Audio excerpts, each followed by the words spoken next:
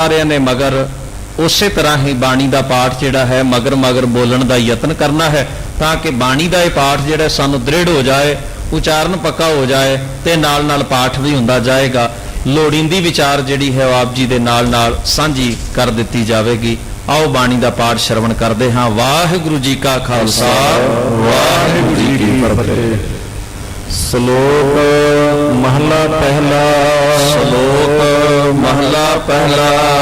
विस्माद नाद विस्माद वेद, विस्माद नाद विस्माद वेद, विस्माद जी विस्माद भेद, विस्माद जी विस्माद भेद, विस्माद रूप विस्माद रंग, विस्माद रूप विस्माद रंग, विस्माद नांगे फिरे जंत, विस्माद नांगे फिरे जंत, विस्माद पौण विस्माद पानी, विस्माद पौण विस्माद पानी, विस्माद अग्नि खेडै विडाणी, विस्माद अग्नि खेडै विडाणी, विस्माद धरती विस्माद खानी, विस्माद धरती विस्माद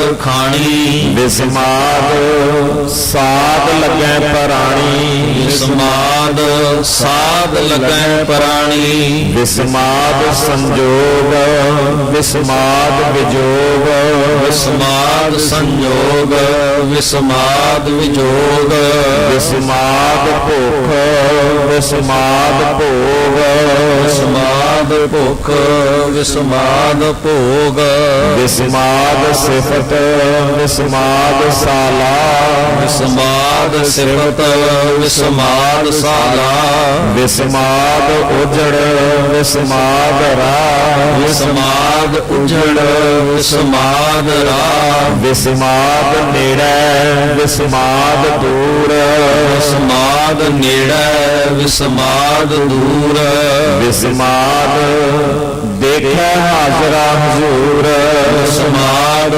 देखै हाजरा हजूर, वेख विडाण रहया विस्माद, वेख विडाण रहया विस्माद, नानक बुझण पूरे भाग, नानक बुझण पूरे भाग।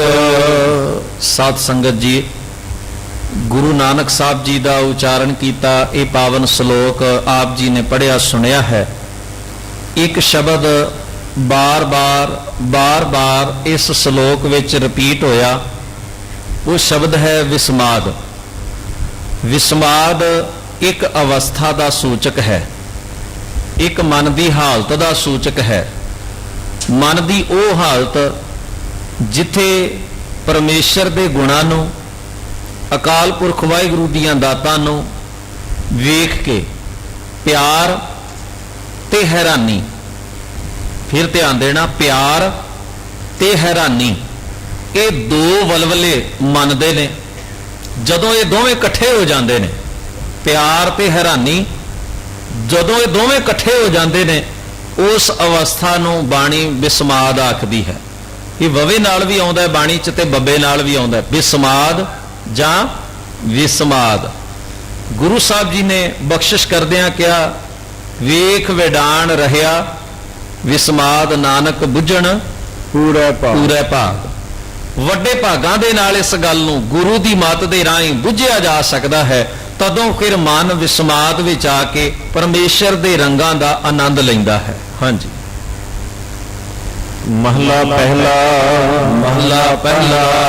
कुदरत दिसै कुदरत सुनिए, कुदरत दिसै कुदरत सुनिए, कुदरत भौ सुख सार, कुदरत भौ सुख सार, कुदरत पाताली आकाशी, कुदरत पाताली आकाशी, कुदरत सर्व आकार, कुदरत सर्व आकार, कुदरत वेद पुराण कते ਕਤੇਬਾਂ ਕੁਦਰਤ ਵੇਦ ਪੁਰਾਣ ਕਤੇਬਾਂ ਕੁਦਰਤ ਸਰਬ ਵਿਚਾਰ ਕੁਦਰਤ ਸਰਬ ਵਿਚਾਰ ਕੁਦਰਤ ਖਾਣਾ ਪੀਣਾ ਪਹਿਨਣ ਕੁਦਰਤ ਖਾਣਾ ਪੀਣਾ ਪਹਿਨਣ ਕੁਦਰਤ ਸਰਬ ਪਿਆਰ ਕੁਦਰਤ ਸਰਬ ਪਿਆਰ ਕੁਦਰਤ ਜਾਤੀ ਜਿਣਸੀ ਰੰਗੀ ਕੁਦਰਤ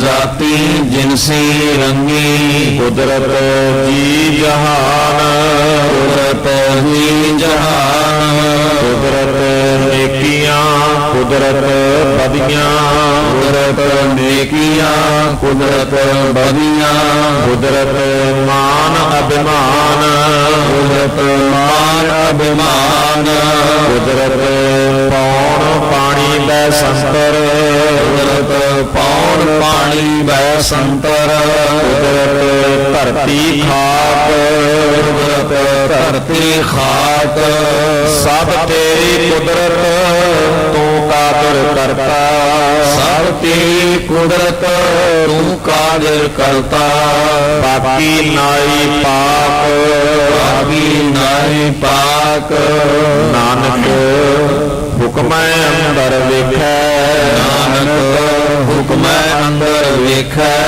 ਵਰਤੈ ਤਾਕੋ ਤਾਕ ਵਰਤੈ ਤਾਕੋ ਤਾਕ। ਇਸ ਪਾਵਨ ਸ਼ਲੋਕ ਵਿੱਚ ਗੁਰੂ ਸਾਹਿਬ ਜੀ ਨੇ ਪਰਮੇਸ਼ਰ ਦੀ ਰਚਨਾ, ਪਰਮੇਸ਼ਰ ਦੇ ਹੁਕਮ ਦੀ ਵਿਚਾਰ ਦ੍ਰਿੜ ਕਰਵਾਈ ਹੈ। ਅਖੀਰ ਦੇ ਉੱਤੇ ਅਖੀਰਲੇ ਬੰਦ ਵਿੱਚ ਮਹਾਰਾਜ ਨੇ ਅਖੀਰਲੀ ਪੰਕਤੀ ਵਿੱਚ ਸਪਸ਼ਟ ਕੀਤਾ ਹੈ, ਨਾਨਕ ਹੁਕਮੈ ਅੰਦਰ ਵੇਖੈ। ਉਹ ਆਪਣੇ ਬਣਾਏ ਹੁਕਮ ਨਿਯਮ ਦੇ ਅਧੀਨ ਵੇਖੈ ਦਾ ਮਤਲਬ ਹੈ ਸਾਰੀ ਕੁਦਰਤ ਦੀ ਸੰਭਾਲ ਕਰ ਰਿਹਾ ਹੈ, ਸਾਰੀ ਕੁਦਰਤ ਨੂੰ ਤੱਕ ਰਿਹਾ ਹੈ, ਸਾਰੀ ਕੁਦਰਤ ਨੂੰ ਥਾਂ ਪੁਰ ਥਾਂ ਰੱਖ ਕੇ ਚਲਾ ਰਿਹਾ ਹੈ। ਤੇ ਇਕੱਲਾ ਉਹ ਆਪ ਹੀ ਤਾਕੋ ਤਾਕ, ਇਕੱਲਾ ਉਹ ਆਪ ਹੀ ਸਾਰੀ ਕੁਦਰਤ ਵਿੱਚ ਵਸਿਆ ਹੋਇਆ ਹੈ। ਗੁਰੂ ਨਾਨਕ ਮਹਾਰਾਜ ਨੂੰ ਉਸ ਅਕਾਲ ਪੁਰਖ ਵਾਹਿਗੁਰੂ ਦਾ ਕੋਈ ਸਰੂਪ ਆਪ ਘੜਨ ਦੀ ਲੋੜ ਨਹੀਂ ਪਈ। ਪਤਾ ਕਿਉਂ? ਕਿਉਂਕਿ ਗੁਰੂ ਸਾਹਿਬ ਉਸ ਨੂੰ ਕੁਦਰਤ ਦੇ ਗੁਣਾਂ ਰਾਹੀਂ ਵੇਖਦੇ ਨੇ। ਇਸ ਕਰਕੇ ਮਹਾਰਾਜ ਨੂੰ ਉਸ ਦੀ ਕੋਈ ਮੂਰਤ ਘੜਨ ਦੀ ਜ਼ਰੂਰਤ ਨਹੀਂ ਤੇ ਨਾ ਹੀ ਮਹਾਰਾਜ ਨੇ ਮੂਰਤ ਵੱਲ ਧਿਆਨ ਕੀਤਾ। ਗੁਰੂ ਸਾਹਿਬ ਨੇ ਆਖਿਆ, ਬਲਿਹਾਰੀ ਕੁਦਰਤ ਵਸਿਆ, ਤੇਰਾ ਅੰਤ ਨਾ ਜਾਈ ਲਖਿਆ।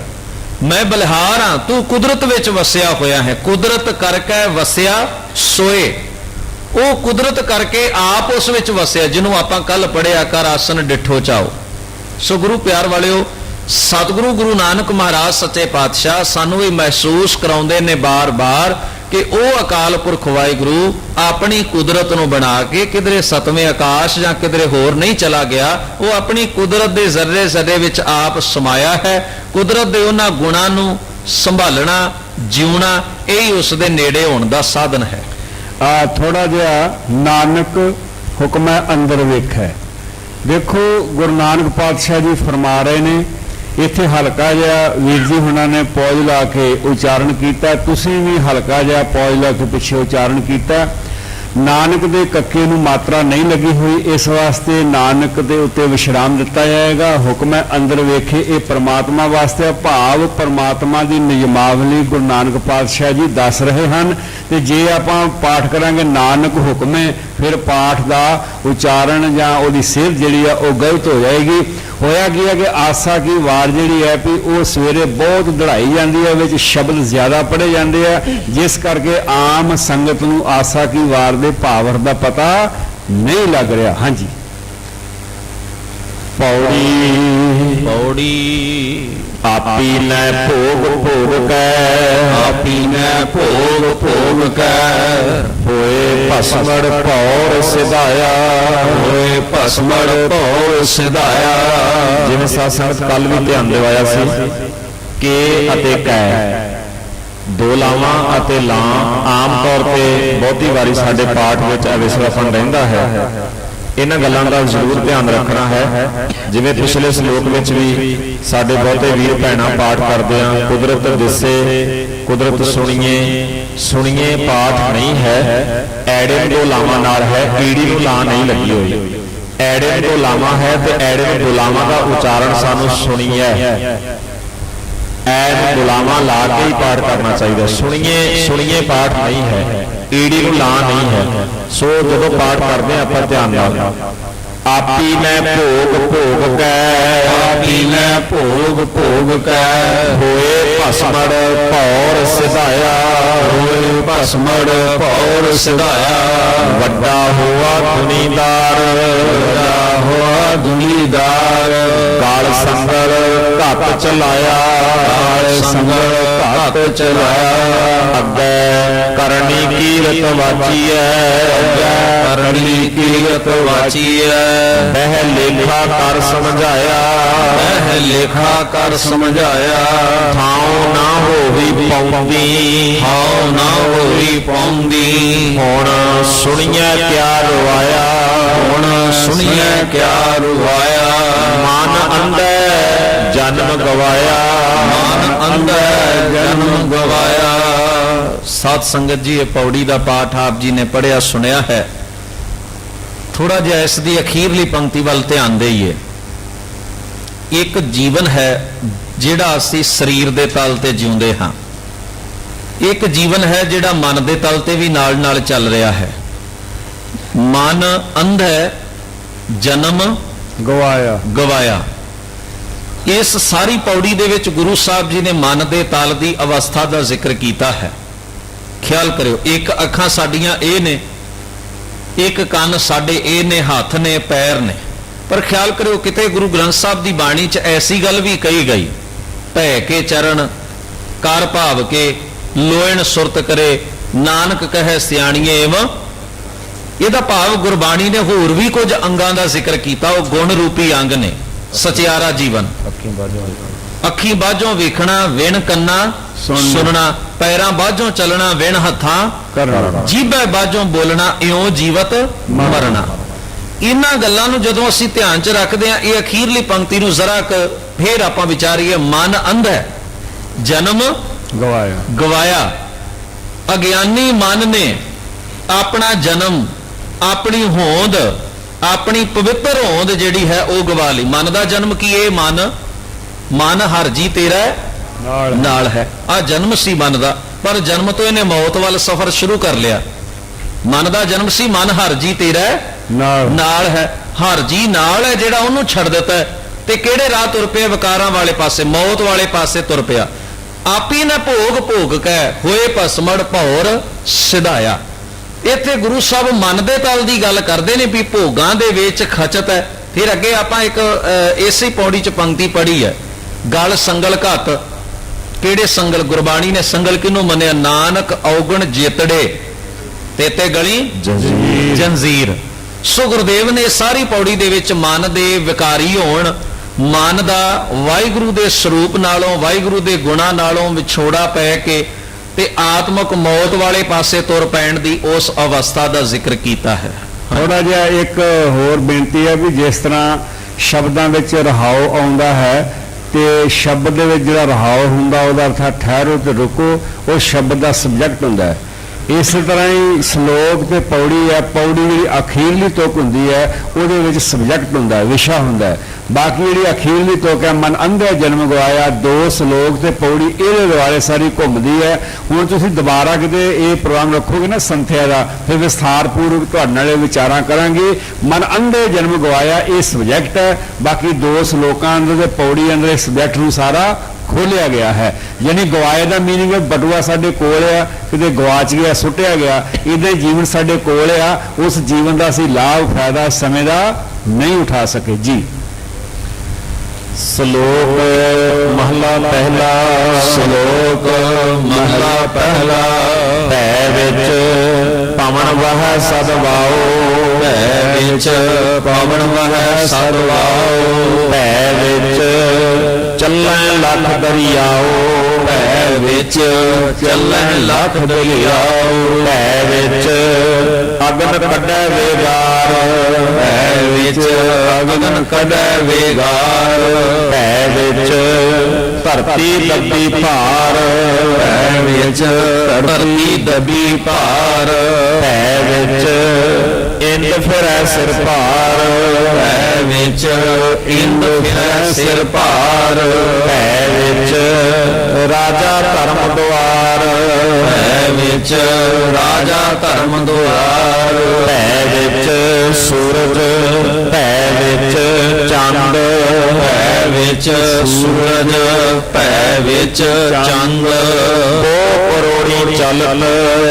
ਨਾ ਅੰਤ, ਓ ਕਰੋੜੀ ਚਲਤ ਨਾ ਅੰਤ, ਭੈ ਵਿੱਚ ਸਿੱਧ ਬੁੱਧ ਸੁਰਨਾਥ, ਭੈ ਵਿੱਚ ਸਿੱਧ ਬੁੱਧ ਸੁਰਨਾਥ, ਭੈ ਵਿੱਚ ਆਡਾਣੇ ਆਕਾਸ਼, ਭੈ ਵਿੱਚ ਆਡਾਣੇ ਆਕਾਸ਼, ਭੈ ਵਿੱਚ ਜੋਤ ਮਹਾਬਲ ਸੂਰ, ਭੈ ਵਿੱਚ ਜੋਤ ਮਹਾਬਲ ਸੂਰ, ਭੈ ਵਿੱਚ ਆਵੈ ਜਾਵੈ ਪੂਰ, ਭੈ ਵਿੱਚ ਆਵੈ ਜਾਵੈ ਪੂਰ, ਸਗਲਿਆਂ ਭਉ ਲਿਖਿਆ ਸਿਰ ਲੇਖ, ਸਗਲਿਆਂ ਭਉ ਲਿਖਿਆ ਸਿਰ ਲੇਖ, ਨਾਨਕ ਨਿਰਭਉ ਨਿਰੰਕਾਰ ਸਚ ਏਕ, ਨਾਨਕ ਨਿਰਭਉ ਨਿਰੰਕਾਰ ਸਚ ਏਕ। ਇਸ ਪਾਵਨ ਸ਼ਲੋਕ ਵਿੱਚ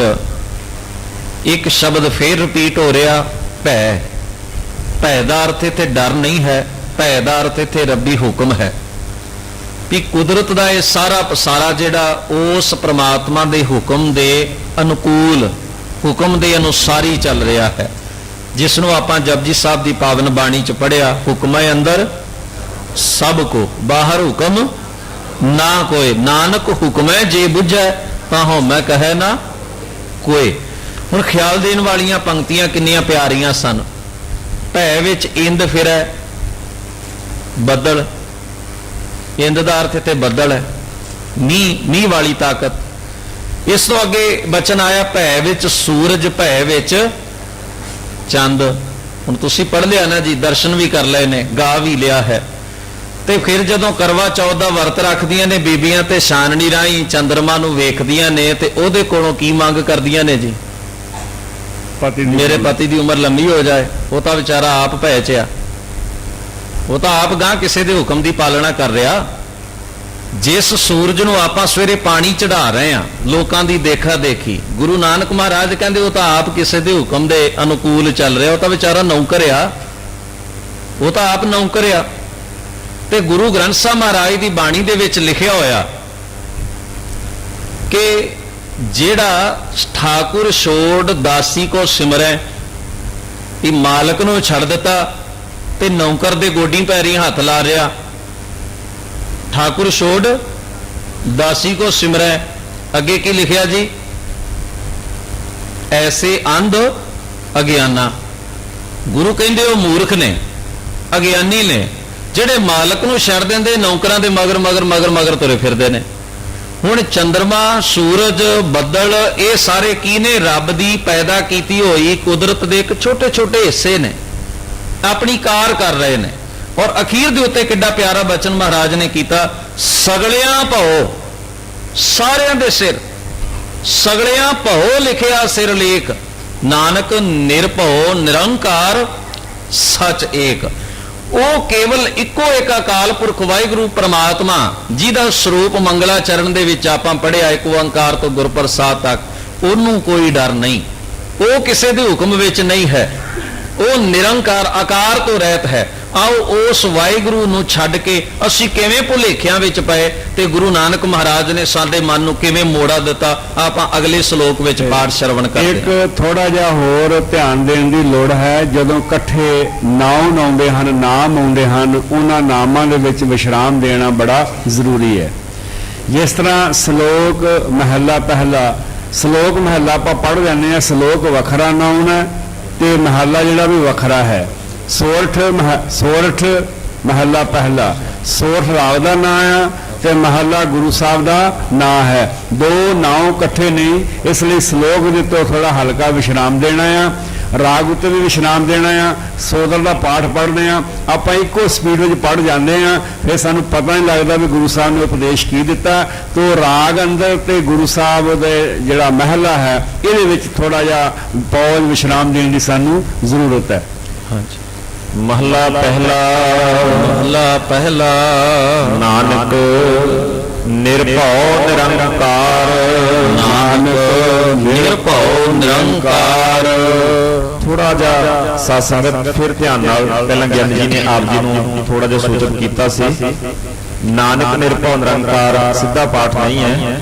ਨਾਨਕ ਇਸ ਬਾਣੀ ਨੂੰ ਰਚਣ ਵਾਲੇ ਨੇ, ਕਰਤਾ ਕਾਰਕ ਹੈ। ਨਿਰਭਉ ਨਿਰੰਕਾਰ ਪਰਮੇਸ਼ਰ ਵਾਸਤੇ ਵਰਤਿਆ ਗਿਆ ਹੈ। ਥੋੜਾ ਜਿਹਾ ਧਿਆਨ ਨਾਲ। ਨਾਨਕ ਨਿਰਭਉ ਨਿਰੰਕਾਰ। ਨਾਨਕ ਨਿਰਭਉ ਨਿਰੰਕਾਰ। ਹੋਰ ਕੀਤੇ ਰਾਮ ਰਵਾਲ। ਹੋਰ ਕੀਤੇ ਰਾਮ ਰਵਾਲ।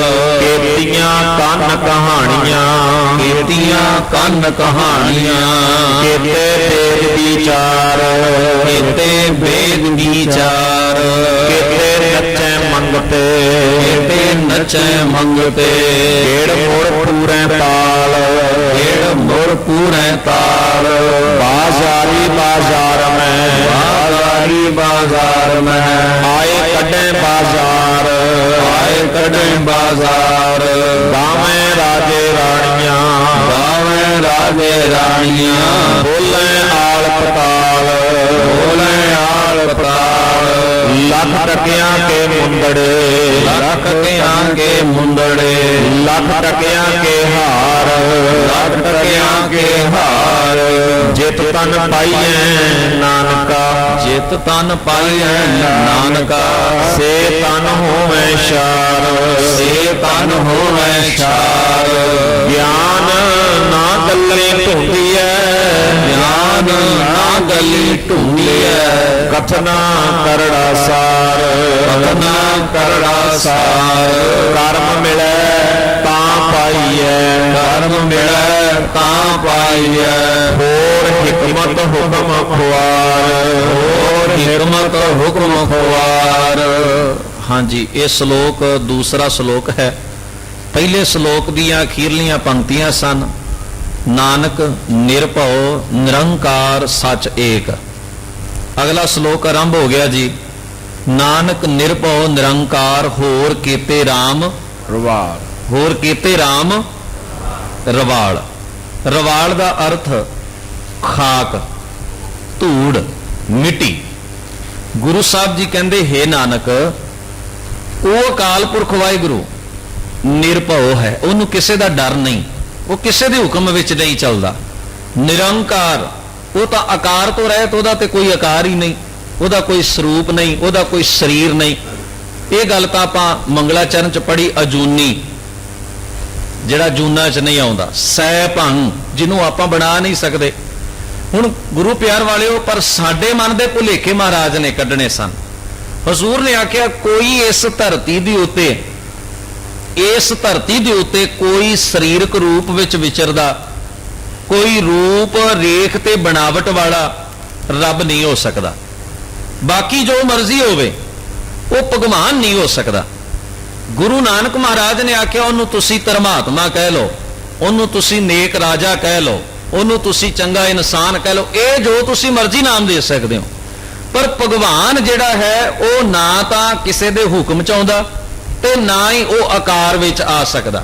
ਇਹ ਗੁਰੂ ਸਾਹਿਬ ਜੀ ਨੇ ਦੋ ਅਸੂਲ ਸਾਨੂੰ ਪਹਿਲਾਂ ਸਮਝਾਏ ਤੇ ਫਿਰ ਆਖਿਆ ਹੋਰ ਕੀਤੇ ਦਾ ਮਤਲਬ ਕਿੰਨੇ ਹੀ ਰਾਮ ਰਵਾਲ, ਕਿੰਨੇ ਹੀ ਰਾਮ ਵਰਗੇ ਉਸ ਵਾਹਿਗੁਰੂ ਦੇ ਚਰਨਾਂ ਵਿੱਚ ਖਾਕ ਨੇ, ਉਸ ਕੁਦਰਤ ਦੇ ਵਿੱਚ ਬੇਅੰਤ ਨੇ। ਕੀਤੀਆਂ ਕੰਨ ਕਹਾਣੀਆਂ, ਕ੍ਰਿਸ਼ਨ ਜੀ ਵਰਗਿਆਂ ਦੀਆਂ ਕਿੰਨੀਆਂ ਹੀ ਕਾਨ ਵਰਗਿਆਂ ਦੀਆਂ ਕਹਾਣੀਆਂ, ਗੋਪੀਆਂ ਦੇ ਨਾਲ ਰਾਸ ਲੀਲਾ ਦੀਆਂ ਕਥਾਵਾਂ।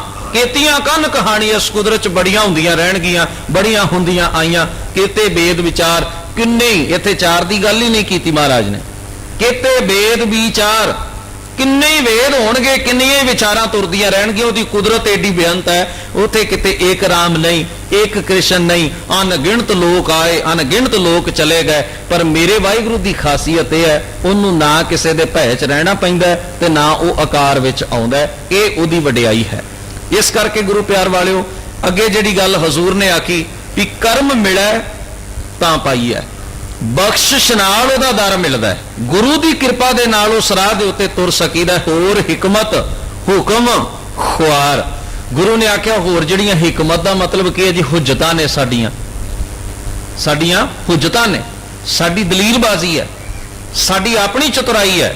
ਹਿਕਮਤ ਹੁਕਮ ਸਾਡੇ ਆਪਣੇ ਪ੍ਰਾਪੇ ਗੰਡੇ ਨੇ, ਇਹ ਸਭ ਸਾਨੂੰ ਖੁਆਰ ਕਰਦੇ ਨੇ, ਉਸ ਨਿਰਭਉ ਨਾਲੋਂ ਨਿਰੰਕਾਰ ਨਾਲੋਂ ਸਾਨੂੰ ਦੂਰ ਲੈ ਜਾਂਦੇ ਨੇ। ਪਰ ਗੁਰੂ ਨਾਨਕ ਸਾਹਿਬ ਮਹਾਰਾਜ ਨੇ ਬਖਸ਼ਿਸ਼ ਕਰਦਿਆਂ ਕਿਹਾ ਵੀ ਆਓ ਗੁਰੂ ਦੀ ਬਖਸ਼ਿਸ਼, ਗੁਰੂ ਦੇ ਸ਼ਬਦ ਦੇ ਲੜ ਲੱਗੀਏ, ਉਸ ਨਿਰਭਉ ਤੇ ਨਿਰੰਕਾਰ ਦੀ ਉਪਾਸਨਾ ਵੱਲ ਵਧੀਏ, ਨਾ ਕਿ ਸੰਸਾਰ ਵਿੱਚ ਕਿਸੇ ਭਗਵਾਨ, ਸੰਸਾਰ ਦੇ ਕਿਸੇ ਬੰਦੇ ਨੂੰ, ਸੰਸਾਰ ਦੀ ਕਿਸੇ ਵਸਤੂ ਨੂੰ, ਕੁਦਰਤ ਦੀ ਕਿਸੇ ਸ਼ੈ ਨੂੰ ਆਪਾਂ ਪੂਜੀਏ, ਬਲਕਿ ਅਸੀਂ ਆਪਾਂ ਨਿਰਭਉ ਤੇ ਨਿਰੰਕਾਰ ਵਾਹਿਗੁਰੂ ਦੀ ਉਪਾਸਨਾ, ਉਹਦੇ ਗੁਣਾਂ ਨੂੰ ਆਪਣੇ ਮਨ ਵਿੱਚ ਧਾਰਨ ਕਰਕੇ ਉਹਦੀ ਭਗਤੀ ਵਾਲੇ ਪਾਸੇ ਤੁਰ ਪਈਏ। ਹਾਂਜੀ, ਆਪਾਂ ਰਾਤ ਵੀ ਰਹਿਰਾਸ ਦੇ ਪਾਠ ਵਿੱਚੋਂ ਇੱਕ ਬੋਲ ਸਾਂਝਾ ਕੀਤਾ ਸੀ, ਇੱਥੇ ਫਿਰ ਚੇਤੇ ਕਰਵਾ ਦਈਏ।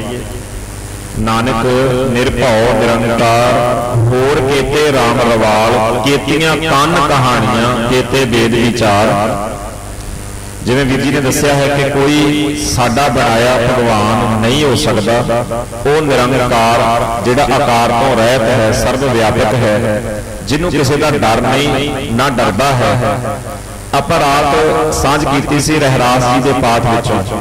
ਰੋਜ਼ ਸਿੱਖ ਵੀਰ ਭੈਣਾਂ ਆਪਾਂ ਘਰਾਂ 'ਚ ਬੈਠ ਕੇ ਜਾਂ ਗੁਰਦੁਆਰਾ ਸਾਹਿਬ ਵਿੱਚ ਆ ਕੇ ਪਾਠ ਸੁਣਦੇ ਆ।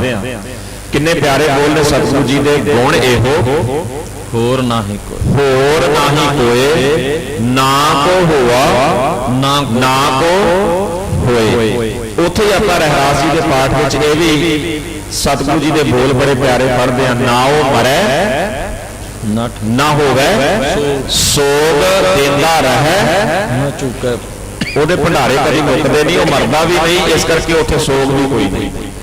ਤੋ ਐਸੇ ਪਰਮੇਸ਼ਰ ਦੇ ਗੁਣਾਂ ਦਾ ਧਿਆਨ ਸਾਨੂੰ ਸਤਿਗੁਰੂ ਜੀ ਦੀ ਬਾਣੀ ਦੁਆਰਾ ਮਿਲਦਾ ਹੈ। ਪੌੜੀ ਪੌੜੀ ਨਦਰ ਕਰੈ ਜੇ ਆਪਣੀ, ਨਦਰ ਕਰਹਿ ਜੇ ਆਪਣੀ, ਤਾ ਨਦਰੀ ਸਤਿਗੁਰ ਪਾਇਆ, ਨਦਰੀ ਸਤਿਗੁਰ ਪਾਇਆ। ਇਹ ਜੀਉ ਬਹੁਤੇ ਜਨਮ ਭਰਮਿਆ, ਇਹ ਜੀਉ ਬਹੁਤੇ ਜਨਮ ਭਰਮਿਆ, ਤਾਂ ਸਤਿਗੁਰ ਸ਼ਬਦ ਸੁਣਾਇਆ, ਤਾਂ ਸਤਿਗੁਰ ਸ਼ਬਦ ਸੁਣਾਇਆ। ਸਤਿਗੁਰ ਜੀਵੜ ਦਾਤਾ ਕੋ ਨਹੀਂ, ਸਤਿਗੁਰ ਜੀਵੜ ਦਾਤਾ ਕੋ ਨਹੀਂ, ਸਭ ਸੁਣਿਓ ਲੋਕ ਸਵਾਇਆ, ਸਭ ਸੁਣਿਓ ਲੋਕ ਸਵਾਇਆ। ਸਤਿਗੁਰ ਮਿਲੇ ਸੱਚ ਪਾਇਆ, ਸਤਿਗੁਰ ਮਿਲੇ ਸੱਚ ਪਾਇਆ।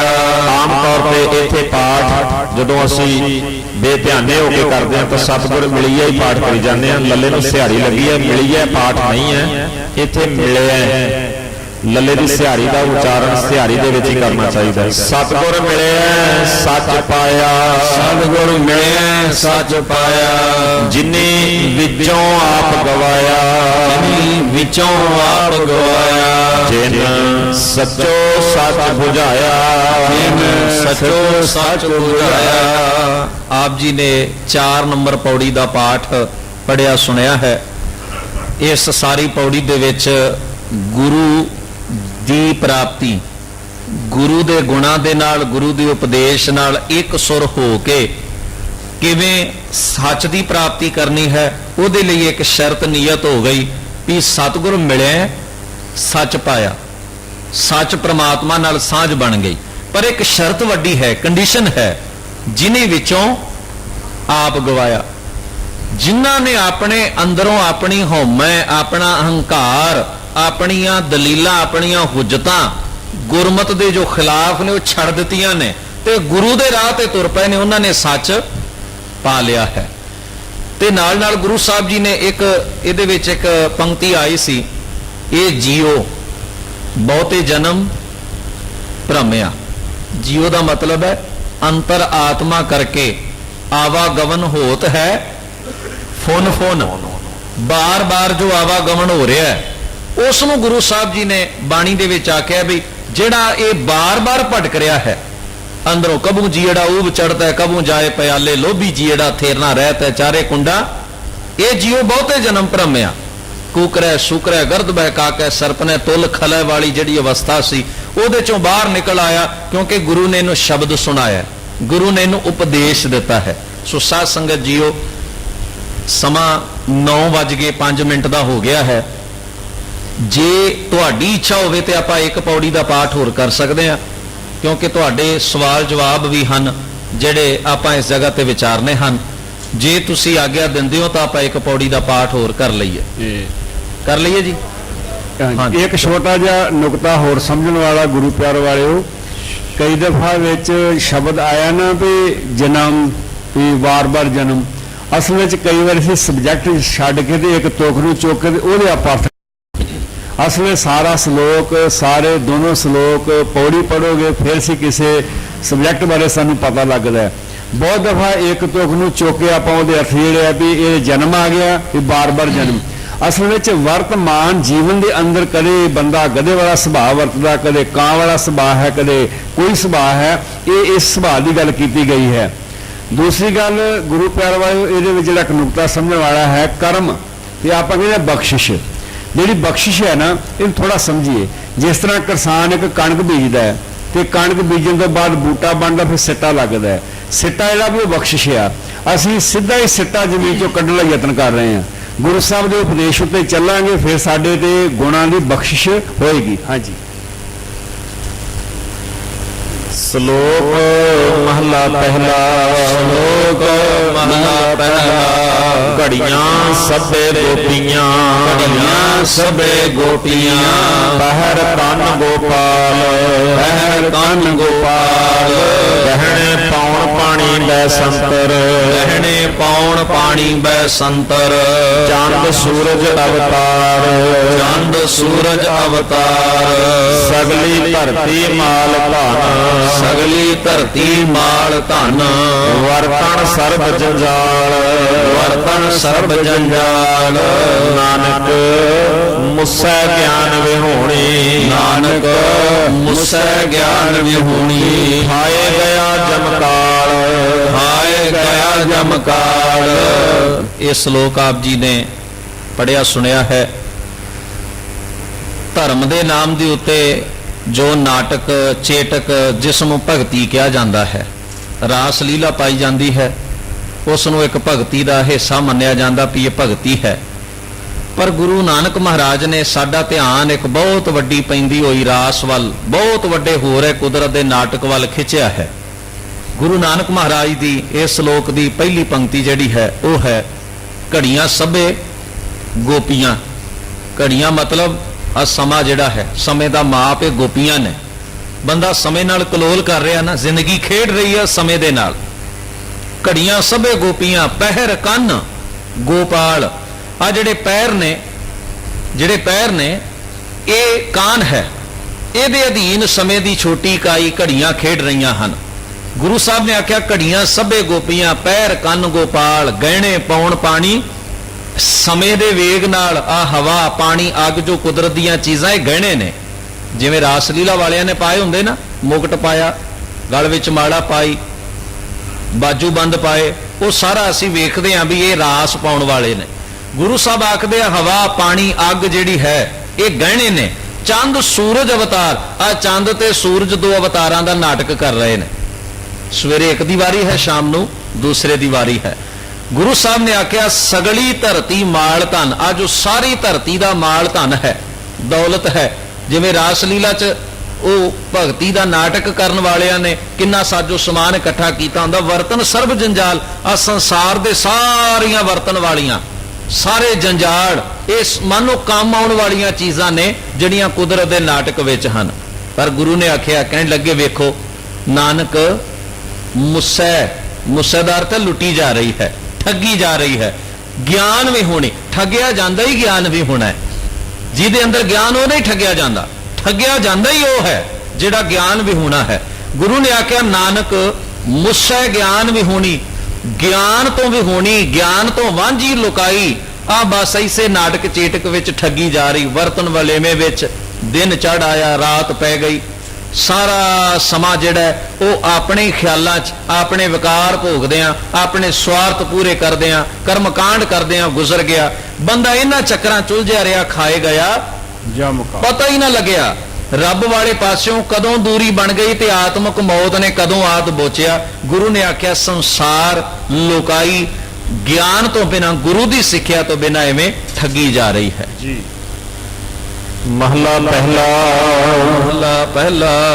ਵਾਇਨ ਚੇਲੇ ਨੱਚਣ ਗੁਰ, ਵਾਇਨ ਚੇਲੇ ਨੱਚਣ ਗੁਰ, ਪੈਰ ਹਿਲਾਇਨ ਫੇਰਨ ਸਿਰ, ਪੈਰ ਹਿਲਾਇਨ ਫੇਰਨ ਸਿਰ, ਉੱਡ ਉੱਡ ਰਾਵਾ ਝਾਟੈ ਪਾਏ, ਉੱਡ ਉੱਡ ਰਾਵਾ ਝਾਟੇ ਪਾਏ, ਵੇਖੈ ਲੋਕ ਹੱਸੈ ਘਰ ਜਾਏ, ਵੇਖੈ ਲੋਕ ਹੱਸੈ ਘਰ ਜਾਏ, ਰੋਟੀਆਂ ਕਾਰਨ ਪੂਰੇ ਤਾਲ, ਰੋਟੀਆਂ ਕਾਰਨ ਪੂਰੇ ਤਾਲ, ਆਪ ਪਛਾੜੈ ਧਰਤੀ ਨਾਲ, ਆਪ ਪਛਾੜੈ ਧਰਤੀ ਨਾਲ, ਗਾਵਨ ਗੋਪੀਆਂ ਗਾਵਨ ਕਾਨ, ਗਾਵਨ ਗੋਪੀਆਂ ਗਾਵਨ ਕਾਨ, ਗਾਵਨ ਸੀਤਾ ਰਾਜੇ ਰਾਮ, ਗਾਵਨ ਸੀਤਾ ਰਾਜੇ ਰਾਮ, ਨਿਰਭਉ ਨਿਰੰਕਾਰ ਸਚ ਨਾਮ,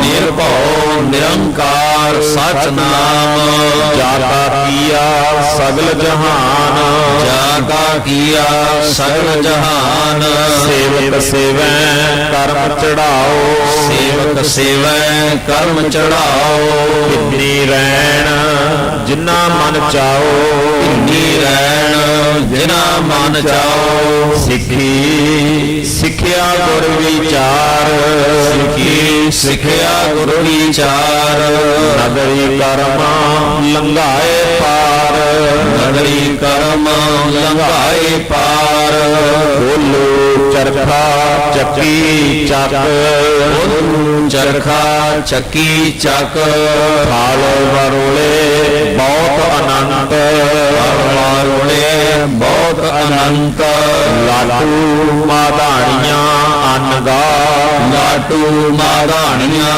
ਅਨਗਾ, ਪੰਖੀ ਭੌਂਦੀਆਂ ਲੈਣ ਨਾ ਸਾ, ਪੰਖੀ ਭੌਂਦੀਆਂ ਲੈਣ ਨਾ ਸਾਹ, ਸੂਐ ਚਾੜ ਭਵਾਈਐ ਜੰਤ, ਸੂਐ ਚਾੜ ਭਵਾਈਐ ਜੰਤ, ਨਾਨਕ ਭੌਂਦਿਆਂ ਗਣਕ ਨ ਅੰਤ, ਨਾਨਕ ਭੌਂਦਿਆਂ ਗਣਕ ਨਾ ਅੰਤ, ਬੰਧਨ ਬੰਦ ਭਵਾਏ ਸੋਏ, ਬੰਧਨ ਬੰਦ ਆਏ ਸੋਏ, ਐ ਕਿਰਤ ਨੱਚੈ ਸਭ ਕੋਏ, ਐ ਕਿਰਤ ਨਚੈ ਸਭ ਕੋਏ, ਨੱਚ ਨੱਚ ਹੱਸੈ ਚੱਲੈ ਸੇ ਰੋਏ, ਨੱਚ ਨੱਚ ਹੱਸੈ ਚੱਲੇ ਸੇ ਰੋਏ, ਉੱਡ ਨਾ ਜਾਣੀ ਸਿੱਧ ਨਾ ਹੋਏ, ਉੱਡ ਨਾ ਜਾਣੀ ਸਿੱਧ ਨਾ ਹੋਏ, ਨੱਚਣ ਕੁੱਦਣ ਮਨ ਕਾ ਚਾਓ, ਨੱਚਣ ਕੁੱਦਣ ਮਨ ਕਾ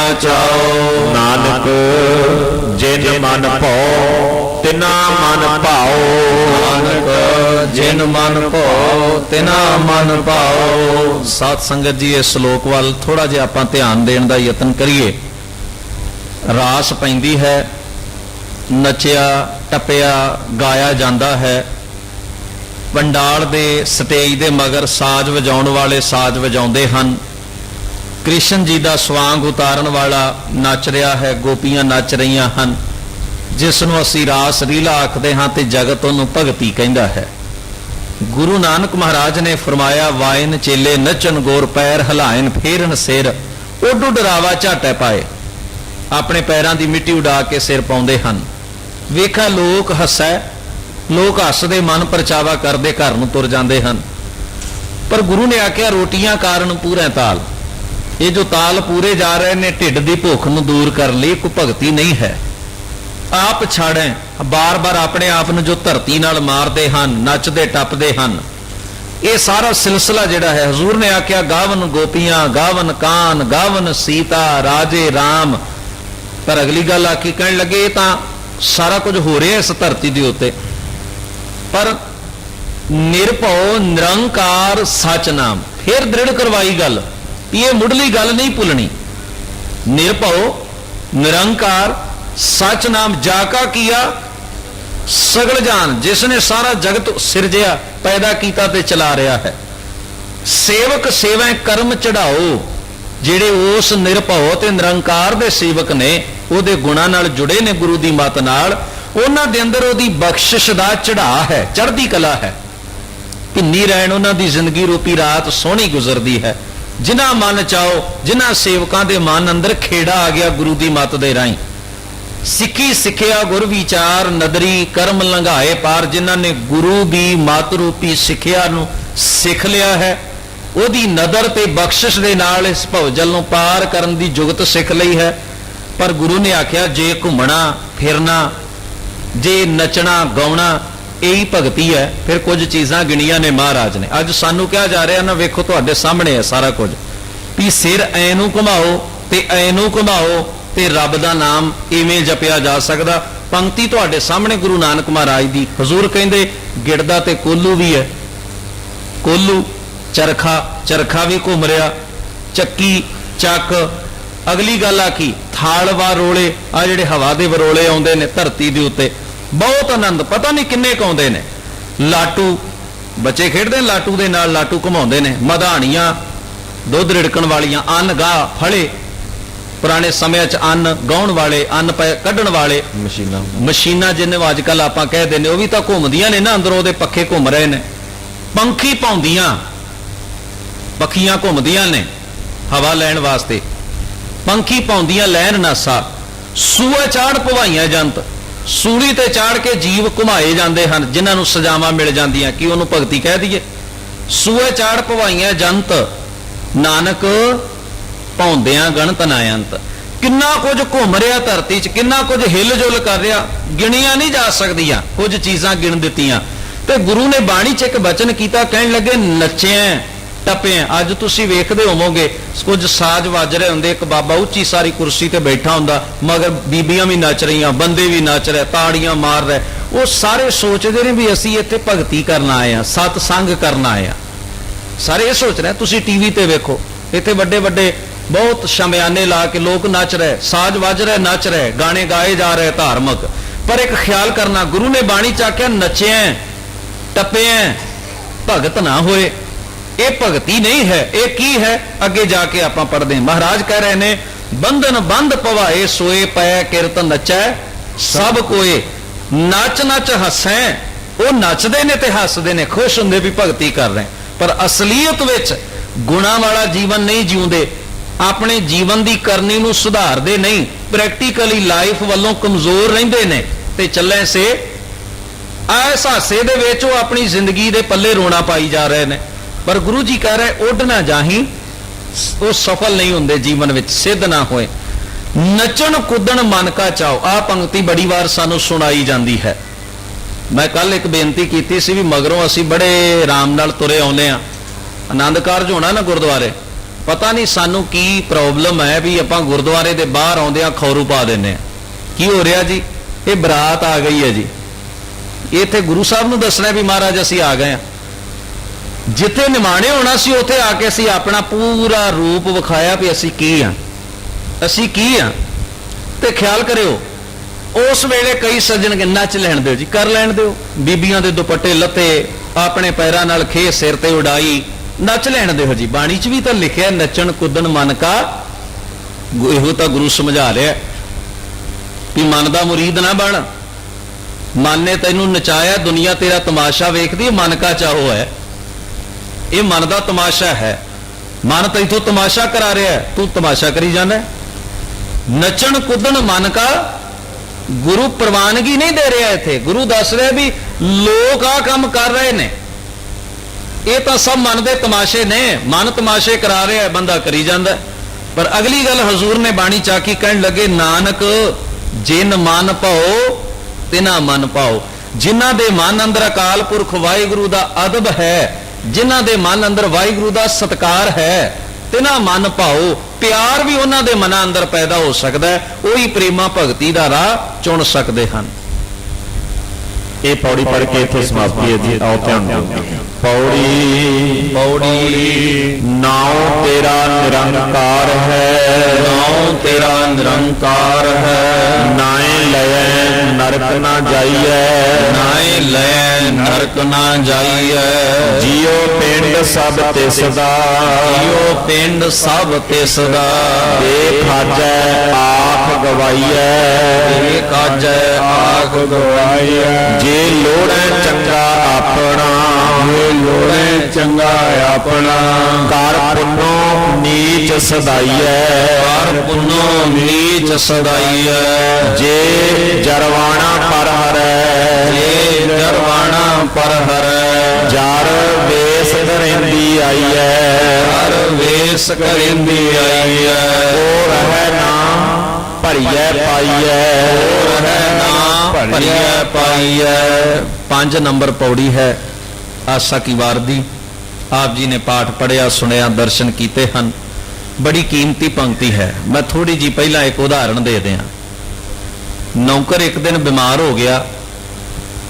ਅਗਲੇ ਦਿਨ ਆਇਆ, ਮਾਲਕ ਨੇ ਪੁੱਛਿਆ ਕਿੱਥੇ ਰਿਹਾ? ਕਹਿਣ ਲੱਗਿਆ ਜੀ ਮੈਂ ਬਿਮਾਰ ਸਾਂ, ਮੈਂ ਆ ਨਹੀਂ ਸਕਿਆ।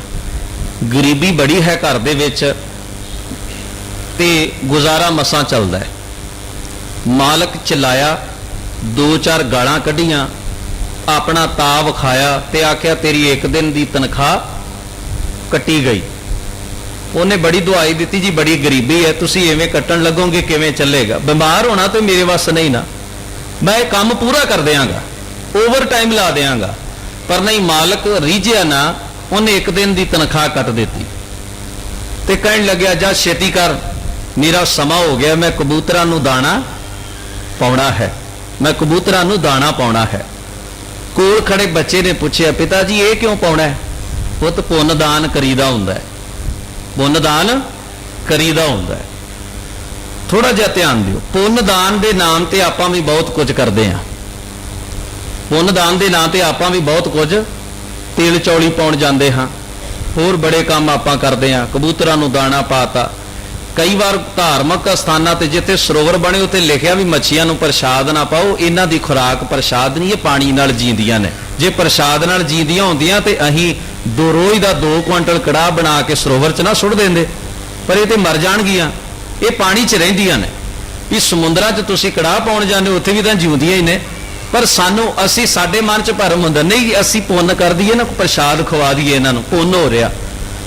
ਸਾਨੂੰ ਬਹੁਤੀਆਂ ਗੱਲਾਂ ਦਾ ਗਿਆਨ ਨਹੀਂ ਹੁੰਦਾ, ਅਸੀਂ ਉਹਨਾਂ ਨੂੰ ਪੁੰਨ ਸਮਝਦੇ। ਗੁਰੂ ਸਾਹਿਬ ਨੇ ਆਖਿਆ ਜੇ ਲੋੜੈ ਚੰਗਾ ਆਪਣਾ, ਜੇ ਆਪਣਾ ਭਲਾ ਲੋਚਦਾ ਹੈ ਵੀ ਮੇਰੇ ਜੀਵਨ ਦਾ ਭਲਾ ਹੋ ਜਾਏ, ਇੱਕ ਸਭ ਤੋਂ ਵੱਡਾ ਪੁੰਨ ਕਰ। ਕਰ ਪੁੰਨੋ ਨੀਚ ਸਦਾਈ ਹੈ। ਬੰਦਾ ਨੀਚ ਕਹਿਣਾ ਚਾਹੁੰਦਾ, ਸਦਾਉਣਾ ਚਾਹੁੰਦਾ ਜੀ ਕੋਈ ਬੰਦਾ ਦੂਜੇ ਨੂੰ ਨੀਚ ਕਹਿੰਦਾ ਹੈ, ਖੁਦ ਨਹੀਂ ਸਦਾਉਂਦਾ ਹੈ। ਇੱਥੇ ਨੀਚ ਸਦਾਉਣ ਦਾ ਅਰਥ ਨਿਮਰਤਾ ਚਾ, ਹੰਕਾਰ ਛੱਡ ਦੇ, ਹਉਮੈ ਤਿਆਗ ਦੇ, ਨਿੱਜੀ ਗਰਜ ਤੋਂ ਥੋੜਾ ਉੱਪਰ ਉੱਠ ਕੇ ਵੀ ਵੇਖ ਕਿ ਕਿਧਰੇ ਦੂਸਰੇ ਦੀ ਜ਼ਿੰਦਗੀ ਤਬਾਹ ਤੇ ਨਹੀਂ ਹੋ ਰਹੀ ਤੇਰੀ ਹਉਮੈ ਹੰਕਾਰ, ਤੇਰੀ ਗਰਜ ਦੀ ਖਾਤਰ। ਇਹ ਹੈ ਸਭ ਤੋਂ ਵੱਡਾ ਪੁੰਨ। ਕਰ ਅੰਜੁਲੀ ਪੁੰਨ ਵੱਡਾ ਹੈ, ਕਰ ਡੰਡੌਤ ਪੁੰਨ ਵੱਡਾ ਹੈ। ਡੰਡੇ ਵਾਂਗ ਸਿੱਧਾ ਜੀਵਨ ਜੀ, ਵਾਲ ਵਿੰਗ ਕੱਢ ਦੇ, ਇਹ ਬੜੇ ਵੱਡਾ ਪੁੰਨ ਕਰੇਗਾ ਤੂੰ ਲੋਕਾਂ ਤੇ, ਤੇਰੇ ਪਰਿਵਾਰ ਤੇ ਬੜਾ ਵੱਡਾ ਪੁੰਨ ਹੋਊ ਤੇਰਾ ਜੇ ਤੂੰ ਹੰਕਾਰ ਛੱਡ ਦੇਵੇਂ। ਆ ਮਹੱਲੇ ਤੇ ਬੜਾ ਵੱਡਾ ਪੁੰਨ ਹੋਊ ਜੇ ਆਪਣੇ ਵਾਲ ਵਿੰਗ ਕੱਢ ਲੈ। ਸਾਰੀ ਦੁਨੀਆ ਤਾਂ ਤੂੰ ਦੁਖੀ ਕੀਤੀ ਪਈ ਹੈ ਆਪਣੇ ਵਾਲ ਦੇ, ਮਨ ਦੇ ਵਾਲ ਵਿੰਗਾਂ ਦੇ ਨਾਲ। ਲੋਕ ਦੁਖੀ ਤੇਰੇ ਤੋਂ ਇਸ ਕਰਕੇ ਨੇ। 4 ਕਬੂਤਰ ਖੁਸ਼ ਹੋ ਜਾਂਦੇ ਹੋਣਗੇ, ਪਰ ਇੰਨਾ ਮਹੱਲਾ ਤੇ ਦੁਖੀ ਕੀਤਾ ਨਾ ਆਪਾਂ, ਮਹੱਲਾ ਤੇ ਦੁਖੀ ਕੀਤਾ ਨਾ। ਜਿੱਥੇ ਜਾਣੇ ਦੁਖੀ ਪਸਾਰਦੇ ਆ, ਪਰਿਵਾਰ ਵੀ ਦੁਖੀ, ਬਾਹਰ ਵੀ ਦੁਖੀ, ਹਰ ਪਾਸ ਜਿਹਦੇ ਨਾਲ ਮਿਲੇ ਉਹ ਹੱਥ ਜੋੜਦਾ, ਦੂਸਰੀ ਵਾਰ ਨਾ ਰੱਬਾ ਇਹਦੇ ਨਾਲ ਮਿਲਾਈ। ਗੁਰੂ ਕੇ ਪਿਆਰ ਵਾਲਿਓ, ਗੁਰੂ ਨੇ ਆਖਿਆ ਪੁੰਨ ਕਰਨਾ ਚਾਹੁੰਦਾ ਨਾ ਡੰਡੇ ਵਾਂਗ ਸਿੱਧਾ, ਵਲ ਵਿੰਗ ਕੱਢ ਕੇ ਮਨ ਦਾ ਕੋੜ ਛੱਡ ਦੇ, ਮਨ ਦਾ ਕੋੜ ਤਿਆਗ ਦੇ, ਇਹ ਬੜਾ ਵੱਡਾ ਪੁੰਨ ਹੋਵੇਗਾ। ਸੋ ਗੁਰੂ ਸਾਹਿਬ ਨੇ ਆਖਿਆ ਜੇ ਲੋੜੈ ਚੰਗਾ ਆਪਣਾ, ਕਰ ਪੁੰਨੋ ਨੀਚ ਸਦਾਈਐ। ਨਿਮਰਤਾ, ਹਲੀਮੀ, ਸਹਿਜ ਦਾ ਜੀਵਨ ਜੀ, ਇਹ ਬੜਾ ਵੱਡਾ ਪੁੰਨ ਹੈ, ਬੜਾ ਵੱਡਾ ਭਲਾ ਹੈ। ਲੋਕਾਂ ਦਾ ਵੀ ਭਲਾ ਹੈ, ਆਪਣਾ ਵੀ ਭਲਾ ਹੈ। ਹਾਂਜੀ।